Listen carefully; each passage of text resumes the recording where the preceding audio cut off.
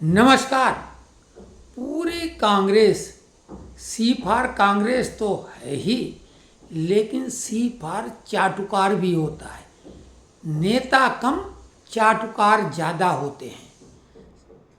पूरा गांधी नेहरू खानदान, जो कि अब गांधी के नाम से जाना जाता है, वो स्वनाम धन्य है, प्रातः स्मरणीय है, अनंत श्री विभूषित हैं सभी कांग्रेसियों के लिए। जबकि पूरा देश इस सोशल मीडिया के टाइम में जानता है कि ये नेहरू गांधी परिवार देश के दुश्मनों में अग्रगण्य है। इस देश का जितना भी नुकसान कोई परिवार अगर कर सकता था और कर रहा है तो वो यही परिवार है। बाहर वाले दुश्मनों से कम इस परिवार ने इस देश को अपनी तरफ से तो खोखला कर डाला। और योग्यता सिर्फ इतनी है कि वो नेहरू की राजनीति के वारिस हैं। उनकी दादी इंदिरा गांधी ने विरासत संभाल ली और राजसी खानदान की तरह उनके घर का कुत्ता भी कांग्रेसी लोगों से ज़्यादा महत्वपूर्ण होता है। ये कोई कहीं ऐसी बात नहीं कि कोई टंट हम उन पे टांट कस रहे हों। ये तो सभी लोग जानते हैं। कई नेता कांग्रेस की पार्टी से इसलिए चले गए कि उनसे ज़्यादा कुत्तों को वरीयता दी जा रही थी। और वर्तमान अध्यक्ष ने भरी सभा में ये बात अपने कार्यकर्ताओं के लिए कही थी, कुत्तों जैसा उनको बनने के लिए कहा था। खैर, इस चाटुकारिता वाली कांग्रेस में से एक स्वर उभरा है और वो है मुख्यमंत्री। उन्होंने कांग्रेस पार्टी को आईना दिखाया, निशाना लगाया किसी पर, लेकिन इरादे कहीं और के थे। तेलंगाना के मुख्यमंत्री रेवंत रेड्डी, उन्होंने निशाना साधा बीआरएस के नेता पर कि हम कोई कोटे वाले नहीं हैं, माँ बाप की बदौलत नहीं आए हैं, अपने पौरुष से हम मुख्यमंत्री बने हैं। हमारे बाप दादाओं की विरासत नहीं हमारी है कि हम बाप दादाओं की विरासत की वजह से नेता बन गए हों।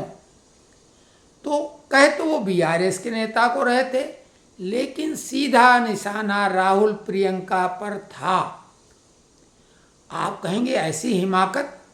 तो रेवंत रेड्डी के बारे में आप सभी जानते होंगे कि ये छात्र राजनीति से जब इन्होंने नेतागिरी शुरू की तो ABVP से शुरू की, अखिल भारतीय विद्यार्थी परिषद, जो कि भाजपा की छात्र विंग है। तो वही विचारधारा आत्मसात है उनको।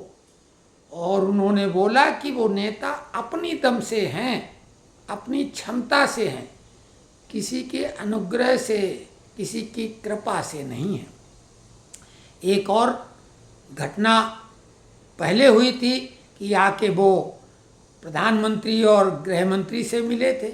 प्रधानमंत्री से तो शिष्टाचार मुलाकात मुख्यमंत्री करते रहते हैं, लेकिन गृह मंत्री से मिलने का मतलब लोग ऑपरेशन लोटस से लगा लेते हैं।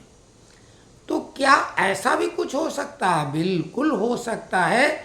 और ये परिपाटी कांग्रेस ने ही 1980 में शुरू की थी, जब भजन लाल, हरियाणा के 3 लाल, देवी लाल, बंसी लाल और भजन लाल।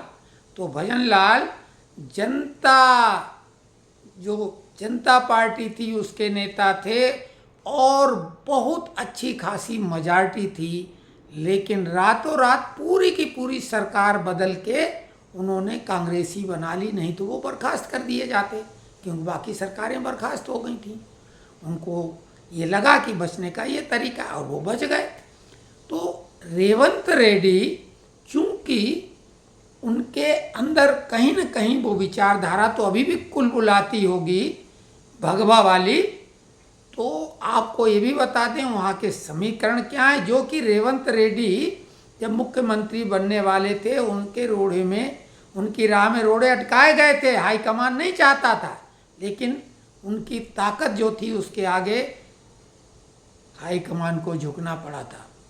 तो आपको बता दें, जो तेलंगाना है वहाँ 119 जो हैं विधायक हैं, जिनमें कि 64 विधायक कांग्रेस के हैं, मेजॉरिटी से भी ज़्यादा। वहीं 39 बीआरएस के विधायक हैं और 8 विधायक भाजपा के भी हैं, अन्य 8 हैं। तो इस तरीके से 119 विधायक हो जाते हैं।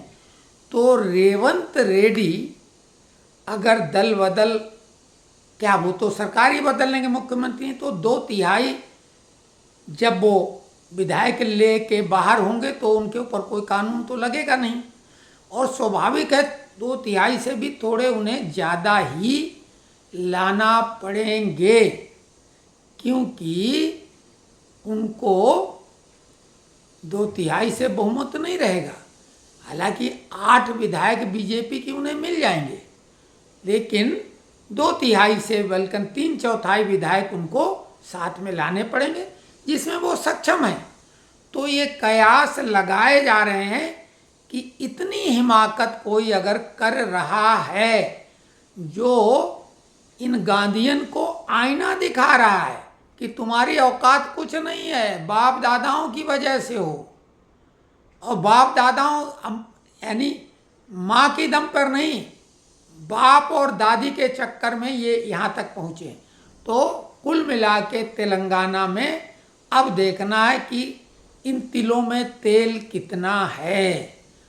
तो बहुत ही ये एक अद्भुत घटना हुई है कि चाटुकारिता से परे एक नेता ने, वो भी मुख्यमंत्री ने, राहुल गांधी को आईना दिखा दिया है। आगे परिणाम क्या निकलते हैं, हटाने की औकात इस लोगों में है नहीं। ज़्यादा अगर 3-5 करेंगे तो 3/4 को लेके ये बाहर हो जाएंगे और सरकार उनकी सुरक्षित रहेगी। कुछ पक्के वाले चाटुकार कांग्रेस के साथ रह जाएंगे, भजन लाल जैसा चैप्टर तो नहीं दोहरा पाएंगे। तो देखिए आगे आगे होता है क्या।